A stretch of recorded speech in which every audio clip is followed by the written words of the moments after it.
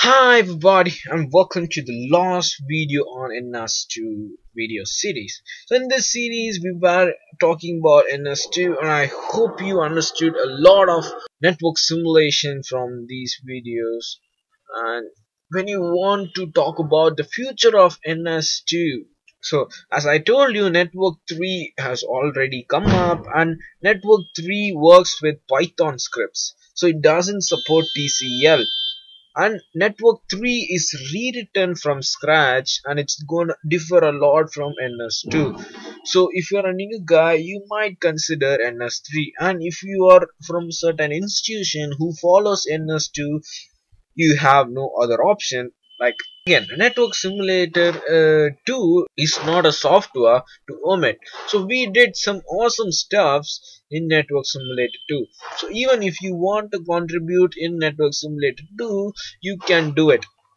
In SourceForge we have a separate project as NS2 NAM can support the software.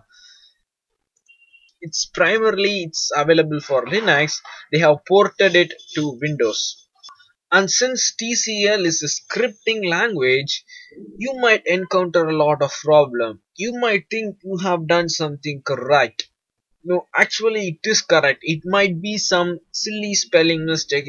Never get frustrated if something doesn't work. Alright?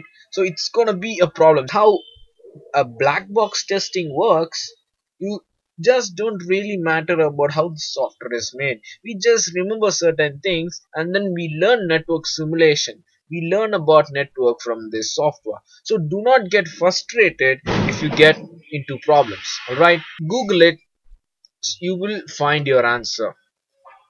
And the next thing which I want to tell you is, when you get a problem you just go to the PDF. So this PDF is going to be inside the files which I sent you in one of the videos, and you can check it inside the document section.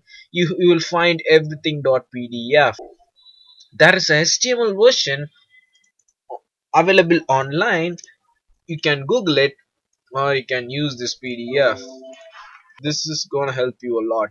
So this is going to be the first page, and here there's a list of all the contents. So when I want to go to class simulator, it's going to be on the page 37. It's going to add a 1 here. So type 38, you will go to 37. So this is how you can just navigate inside the PDF. This PDF is organized perfectly. When you get into a problem, you can just look at the PDF and get the solution. So this PDF holds a lot of information. You can go through it. You can go through about everything about this software. So documentation is an important part of a software development. So this proves it. So when you get a problem, look at the docs, right? And finally, I'm going to introduce you to one software which is going to be inside this file. It's none other than the network script generator. It's written by one of the professors. You can just create a new wired scenario. Instead of just typing TCL scripts, you can just graphically create two nodes, and then you can create a duplex link of this capacity just clicking there and clicking here. Then you can create an agent just by visually seeing it. Try this network script generator to generate the TCL scripts. So you can just visually create nodes and then create TCP connection, FTP application, and things are going to work just the similar way. So after creating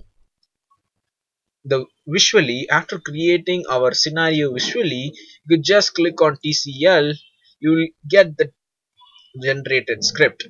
So it's going to be a handy tool. You don't have to write the TCL scripts again and again from the starting. You could just use some visual elements, then you could have your generated code. This is awesome, man. So, and finally, I hope you had a good time with Code Entrusted, and I hope you learned a lot of stuff from these videos. Like my Facebook page, Code Entrusted. I'll put the link in the description, and look for more tutorials on Code Entrusted.